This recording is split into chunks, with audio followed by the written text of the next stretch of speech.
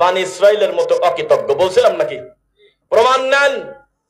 আল্লাহ যাদের জন্য এত বড় নিয়ামত দিল, আরে জ্বলন্ত একটা শক্ত পাথর ফাটায় আল্লাহ বৃষ্টি দিছিল, ঝর্ণা। সুবহানাল্লাহ। এই বানি ইসরাইলের প্রতি, এই বানি ইসরাইলের জন্য ওয়াজাল্লালনা আলাইকুমুল গামাম ওয়া আনসালনা আলাইকুমুল মান্না ওয়াস সালওয়া, আসমান থেকে ভাজা গোশত দিয়েছিল আল্লাহ, দেয় নাই? মাশরুম দিয়েছিল, তোমরা খাও। 3, আল্লাহ বলল আর কি চাও? এই ইহুদি জাতি বলল, হে আল্লাহ, আমাদের মুসাকে আপনি সম্মান বাড়ায় দেন আর ফেরাউনকে আপনি ধ্বংস করে দেন। আল্লাহ সে কথাও রাখলো, ফেরাউনকে ডুবায় মারছে কিনা বলেন? এত বড় নিয়ামত দিল।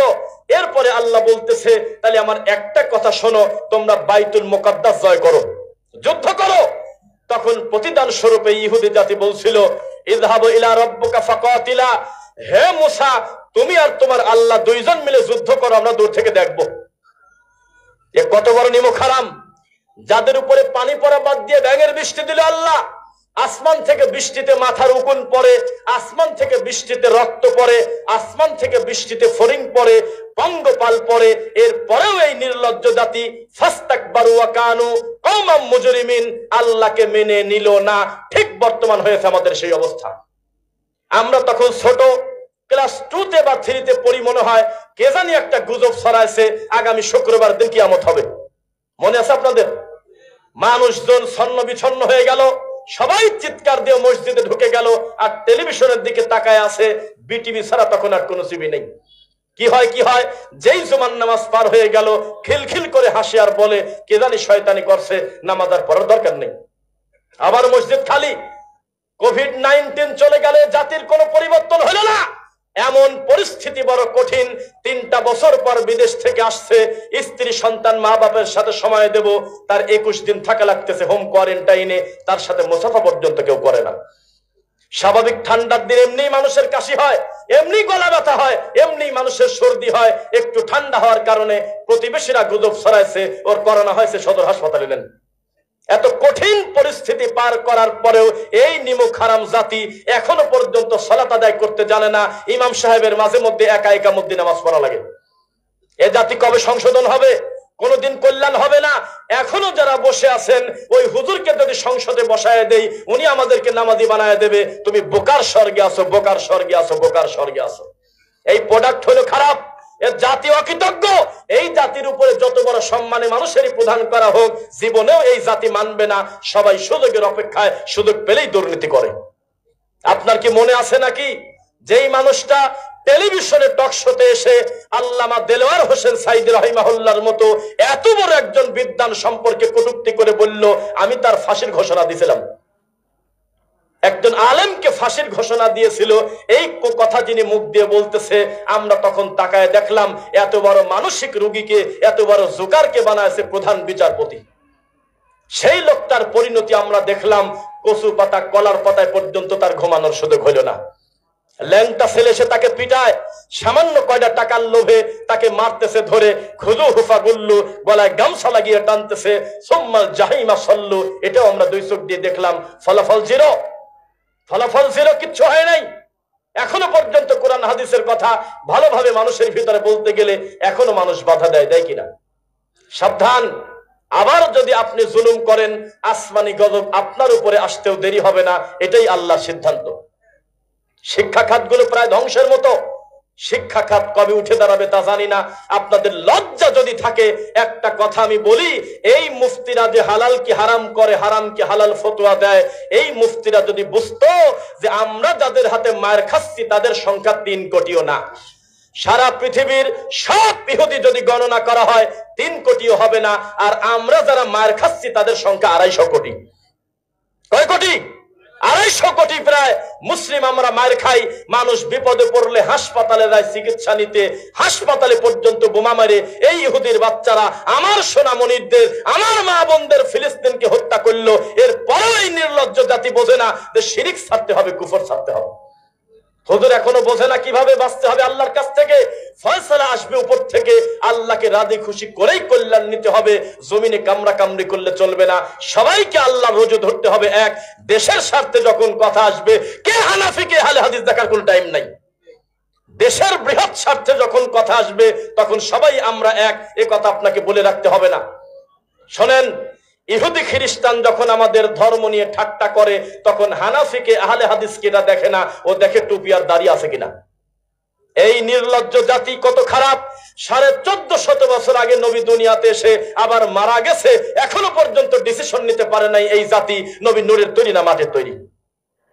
এখনো পর্যন্ত এটা ক্লিয়ার করতে পারে নাই যে মিলাদ কি দ্বারা পড়বো না বসে পড়বো, এখনো পর্যন্ত সিদ্ধান্ত নিতে পারে নাই।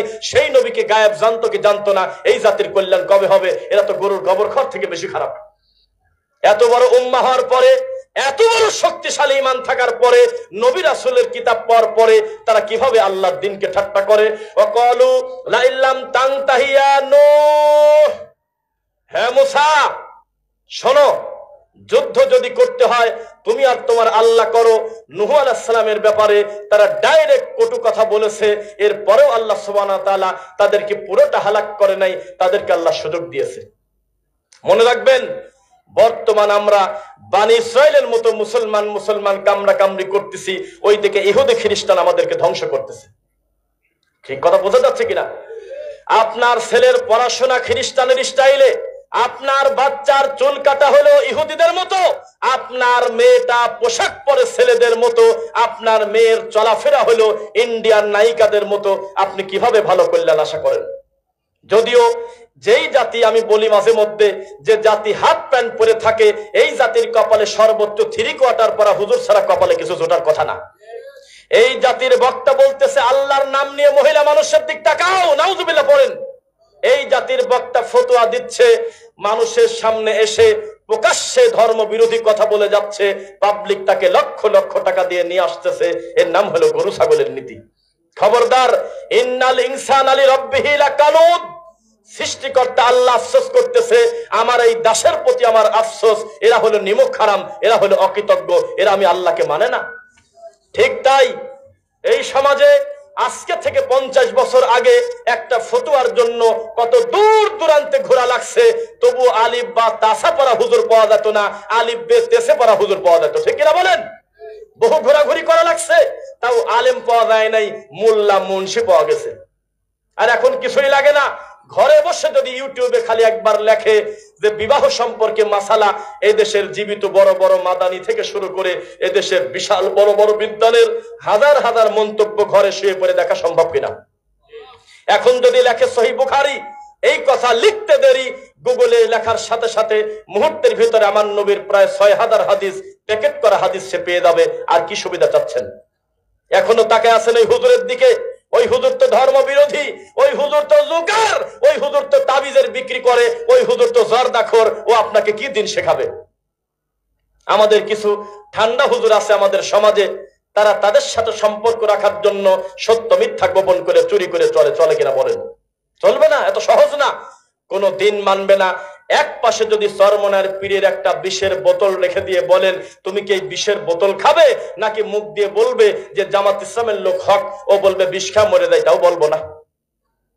দেওয়ানবাগের ছেলের হাতে যদি বিষের বোতল দিয়ে বলা হয় তুমি কি এই বোতল ধরে বিষ খাবে, নাকি আট্রসিকে তুমি হক বলবে, ও বলবে আমি বিষ খাবো, তাও ওই দলকে আমি হক বলবো না।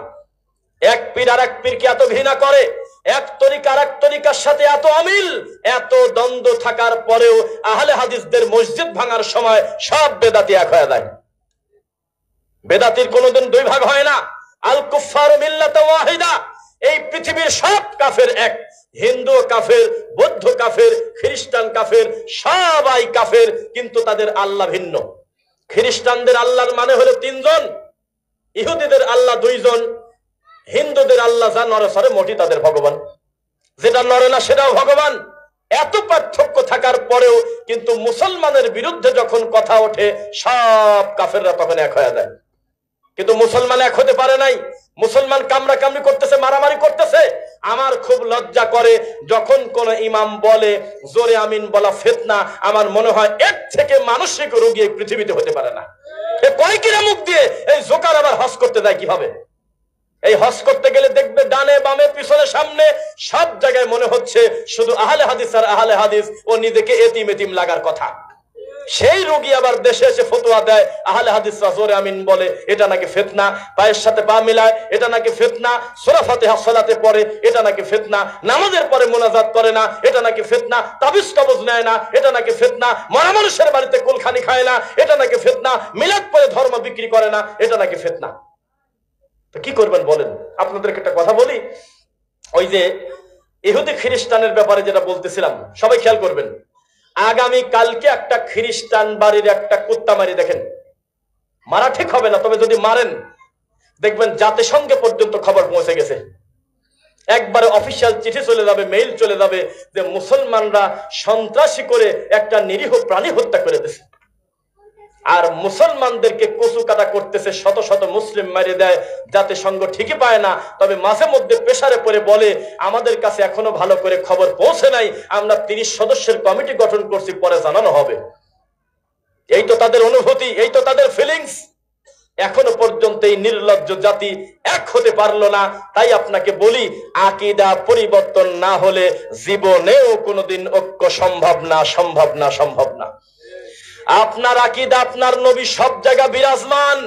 আমাদের জীবন থাকতেই কুয়াকিদা আমরা মানি না। আপনার আকীদা, আপনার নবী মাটির তৈরি না নূরের তৈরি। আমার আকীদা, আমার নবী মানুষ এবং মাটির তৈরি। আপনার আকীদা নবী গায়েবের মালিক, আমাদের আকীদা আল্লাহ ছাড়া কেউ গায়েবের মালিক না। আপনার আকীদা মানুষ যখন মরে যায়, ও যদি পীর আউলিয়া হয়, মরার পরেও আমাদের কথা শুনতে পারে, কিন্তু আমাদের আকীদা কিচ্ছু শুনতে পারে না। ভালো মন্দের ফয়সালা আল্লাহর কাছে পৌঁছে গেছে। কিভাবে ঐক্য হবে বলেন?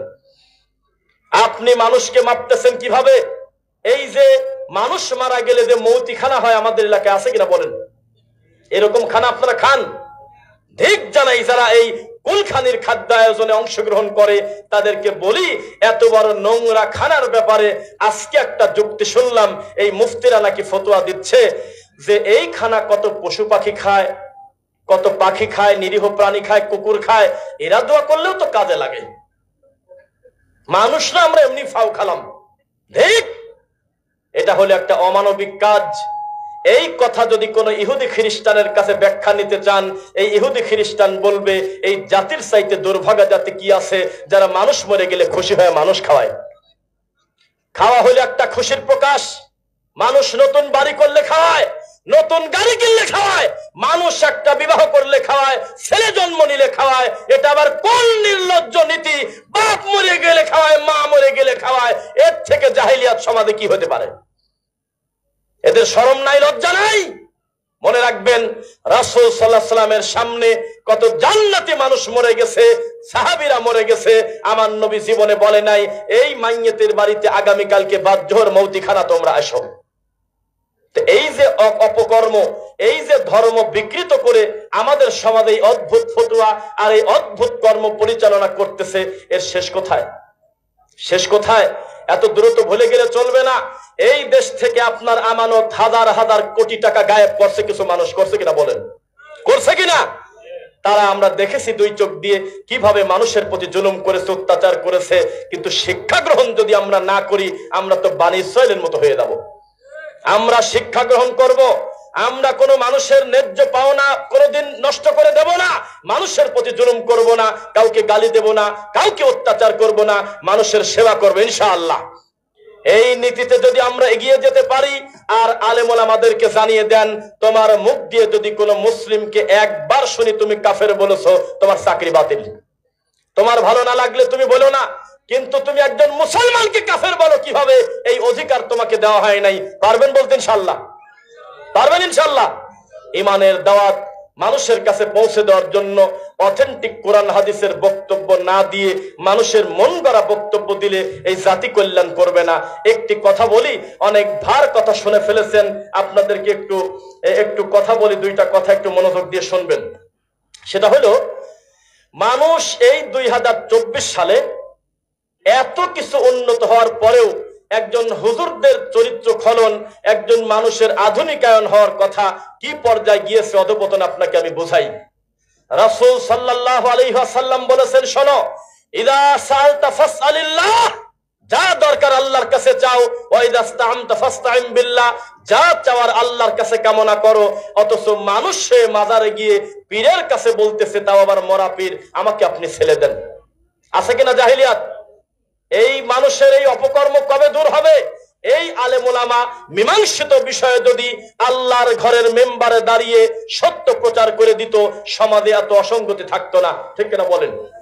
কিন্তু হয়ে গেছে উল্টা, মানুষ মানুষের প্রতি জুলুম করতেছে। এ ব্যাপারে মসজিদে কোনো বক্তব্য নাই, বক্তব্যই হচ্ছে হলো রামায়ণের মিথ্যা গল্পের মতো। শুনে রাখবেন, এই দেশটা আমাদের। এই দেশটা কাদের? এই দেশটা আমাদের। এই দেশের ব্যাপারে যখন কথা আসবে, তখন কেউ আমরা দেশের বিরোধী না, আমরা সবাই এই দেশের একজন নাগরিক। ঠিক কিনা বলেন? রাসূল সাল্লাল্লাহু আলাইহি ওয়াসাল্লাম আমাদেরকে বলেছেন, লা তাআতা লি মাখলুকিন ফি মা'সিয়াতিল খালিক। খালেককে বেদার করে মাখলুককে খুশি করা হারাম। মা যদি বলে জর্দা কিনে আনো, আনবো না। বাপ যদি বলে তাবিজ নিয়ে আসো, আনবো না। বাপ যদি বলে পীরের কাছে যাও, যাবো না। মা যদি বলে মিলাদ পড়ে আসো, যাবো না। বাপ যদি বলে ওই কুলখানি খেয়ে আসো, যাবো না। যত হারাম আদেশ করবে একটাও মানবো না। এরপরেও বাপকে সম্মান করা যায়, যায় কিনা বলেন? যত ভালো কথা আছে গ্রহণ করবেন, মানবেন, কিন্তু কথা যখন আসবে দিনের ব্যাপারে কোনো ছাড় নাই। আপনাদেরকে একটা জ্বলন্ত ঘটনা বলি। কুরআন মাজিদে একটা কাফেরের নামে সূরা আছে, বলুন তো সে কাফেরের নাম কি? হ্যাঁ, আবু লাহাব। আবু লাহাবের নামে কোরআনে একটা সূরা আছে, আছে কিনা? তো আশ্চর্য হবেন, শুনছেন কিনা, এত বড় জঘন্য পাপী যে মুহাম্মদ সাল্লাল্লাহু আলাইহি ওয়াসাল্লাম যাকে যাকে ইসলামের দাওয়াত দিত, দিয়ে চলে